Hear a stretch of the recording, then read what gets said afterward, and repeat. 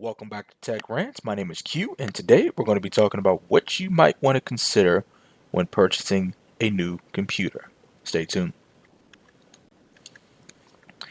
Before we get started, if you like the content, please leave a like on the video, comment down below what you guys think, subscribe to become part of the family, share, tell your friends, all the other good stuff. And if you really enjoy the content, please consider making a donation via Cash App at $ the Tech Rant Show. That's $ TECHRANTSSHOW. Donations are not required, but are greatly appreciated. So we're going to talk about. Well, I'm specifically going to be talking about PCs. Uh, I don't know the ins and outs of Macs. I've used Macs before, but I don't own one. Have never owned one.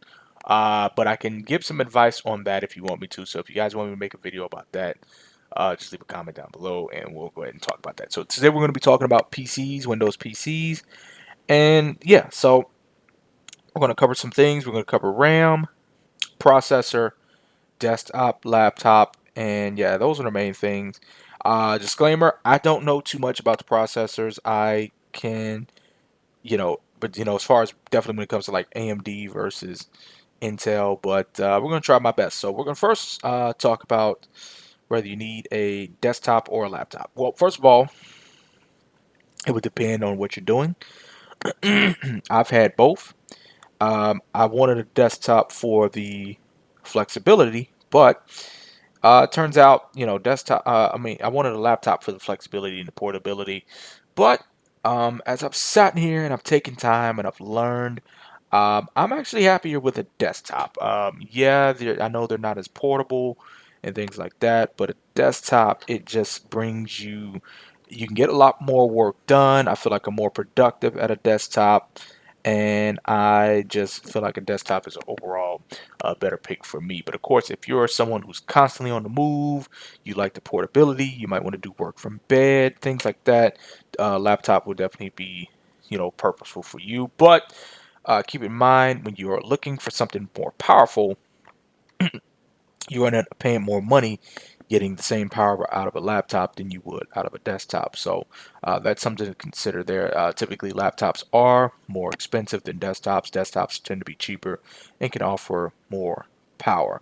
Now, I think for hardcore gamers and for hardcore content creators, hardcore business people, you definitely want a desktop. But if I'm not saying you can't get the same versatility out of a laptop, but a desktop would typically be better, especially if you're going for efficiency and cost. All right, so that's just my personal opinion on that.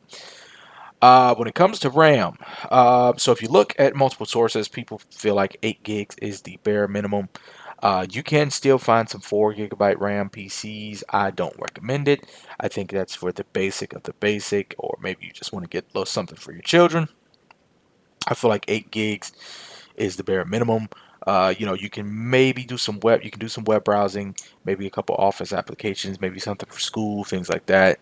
But 8 gigs of RAM is definitely the bare minimum. Now, 16 gigs of RAM, I feel like is probably the sweet spot for most people. You can run some games, you can browse the web, you can definitely do spreadsheets, office tasks, and some business stuff. 16 gigs of RAM will definitely be perfect in that regard. Now, I have 32 gigs of RAM. I have a Lenovo Think Center Gen 2 M75S. This is a business desktop, but I've been gaming on it.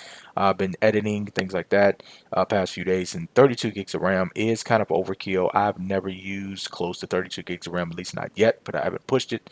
But 32 gigs of RAM is probably for like higher end people, business people, people who are hardcore gamers. I feel like you do want 32 gigs of RAM at this point in 2022.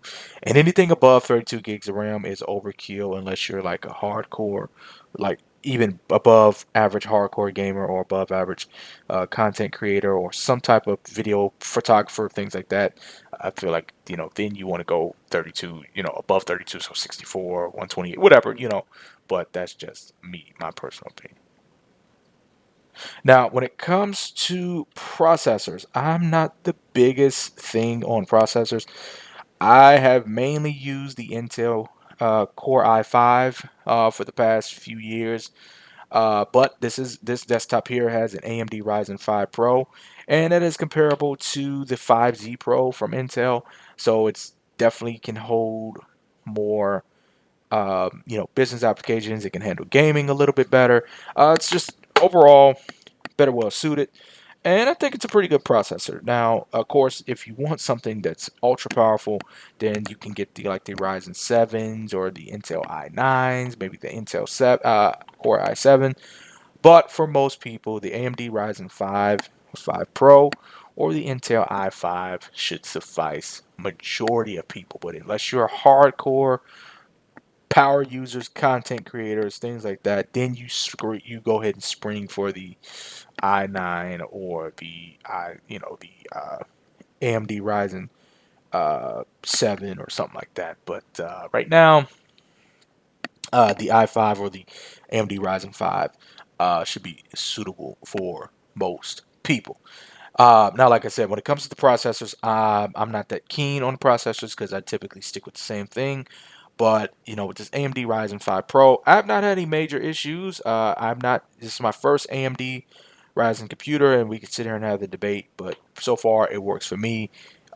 So everybody's going to be different, but just consider your needs. Look at all the processors and things like that, and determine what's best for you based on your productivity and what you intend to use the machine for. Now, pricing is something we could talk about, but the thing is everybody's different. If you want something basic, you can of course get a basic laptop, maybe some even desktops for about 300-400 bucks. But if you want something really, really powerful, something that may last, something that's going to get you through, most people are looking to pay anywhere between $700 to $1,000 for a laptop. Now, of course, laptops, if you want something powerful, you're probably looking at $1,500 to $2,000. But you can get a nice, powerful desktop anywhere between, I'd say, $700 to less than $1,500 usually. Because this, what I have here, you can get for anywhere from 800 to maybe 1300-1400 bucks. So I think it's really just depends on what you're looking for. But overall, let's recap. So desktop or laptop, if you are a hardcore gamer, hardcore business person, or just anything you need to be using the computer for a long period of time, desktop is the way to go. It's more cost efficient and it can definitely run for a lot longer. But if you're just somebody who's on the go but you need something powerful, then or powerful and portable, then you would consider a laptop. And also, sometimes the components in desktops are more powerful than they are in laptops. I'm not saying laptops can't offer the power, but typically laptops are less powerful in general than desktops. But if you just need something to move around and you just can't sit in one space, but you need computing power on the go, get a laptop. But if you can stay in one spot and you need to be using it for quite a bit, definitely get a desktop. RAM, 8 gigs of RAM is the minimum for most people. 16 gigs is the sweet spot, and 32 gigs and above is overkill unless you just live that lifestyle. Processors, generally the Ryzen i5, the Ryzen 5 or 5 Pro or the Intel Core i5 or 5Z Pro should be sufficeable for most people. Um, then, of course, if you need something more powerful, look at the Ryzen 7, the Intel Core i7, or the i9. But the 5 series from both AMD and Intel should be perfectly fine. And then prices, of course, basic of the basic starts at $300, but you can spend well close to $2,000 for either a good laptop or even a good desktop. So, what have we learned here? Everybody is different, and everything ain't for everybody. All right, so just take what I said to you and, take it, figure out what do you need. Do you need portability? Are you a hardcore gamer? Are you a hardcore content creator? Like, figure out your needs and base it off of that, and then you can make the best decision for you. If this is helpful and informative in any way, leave a like, comment, subscribe, share all the good stuff. Cash App information is at the beginning and will be in the description box below. Stay tuned, be blessed, be safe. Catch you guys later. Peace.